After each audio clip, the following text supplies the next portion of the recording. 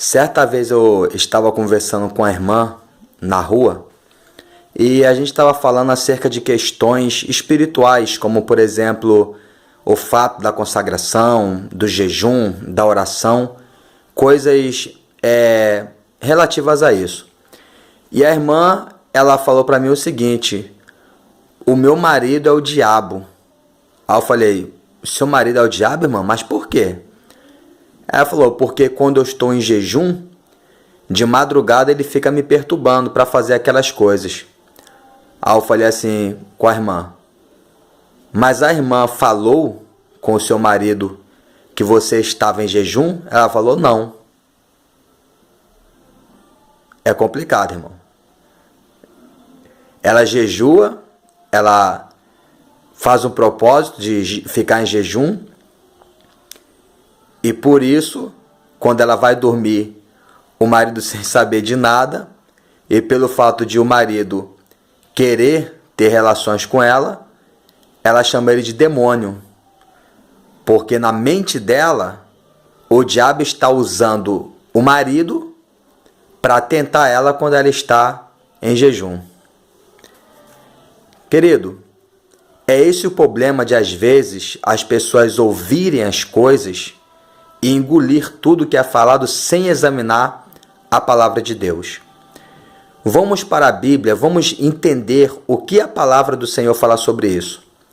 Se você for para a primeira carta aos Coríntios, no capítulo 7, onde o apóstolo Paulo fala acerca de coisas relativas ao casamento, dentro do capítulo 7 tem um versículo que ele fala o seguinte: não vos defraudeis um ao outro, a não ser por consentimento mútuo, para vos aplicardes à oração, e não por muito tempo, para que Satanás não vos tente pela vossa incontinência. Então, o que nós vemos com isso? O que o apóstolo Paulo ensina? Se você for separar um tempinho para se consagrar, você precisa falar com o teu cônjuge. Você precisa esclarecer para ele que você está uns dias, 2, 3 dias, em consagração, em que você gostaria de se abster das relações sexuais, porque você está nesse jejum, você está nesse propósito. Agora, se você não falar nada com seu esposo, como é que ele vai adivinhar? O Espírito Santo não vai revelar isso para ele ou para ela.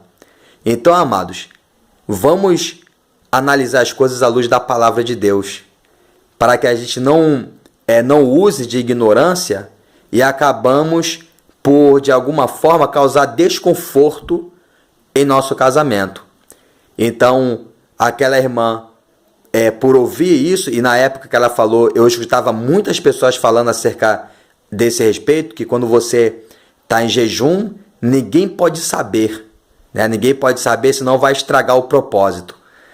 Tudo bem, ainda que ninguém saiba, mas o seu esposo ou a sua esposa precisa saber, ou seja, o seu cônjuge precisa saber que você está num propósito diante de Deus e que durante esse tempo, que não pode ser muito tempo, você está no propósito para com Deus, para que Ele não venha procurar você. Amém? Então, na verdade, aquele esposo não era o demônio, como a irmã estava falando. Na verdade, ele estava inocente. Amém, querido? Então, vamos analisar as coisas, né?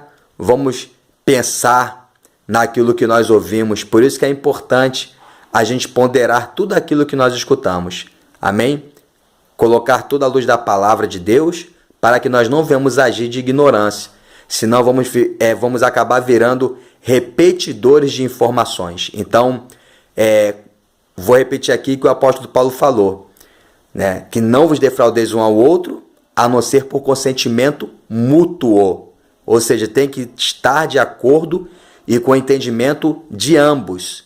E que não seja por muito tempo, para que Satanás vos não tente pela vossa incontinência. Amém?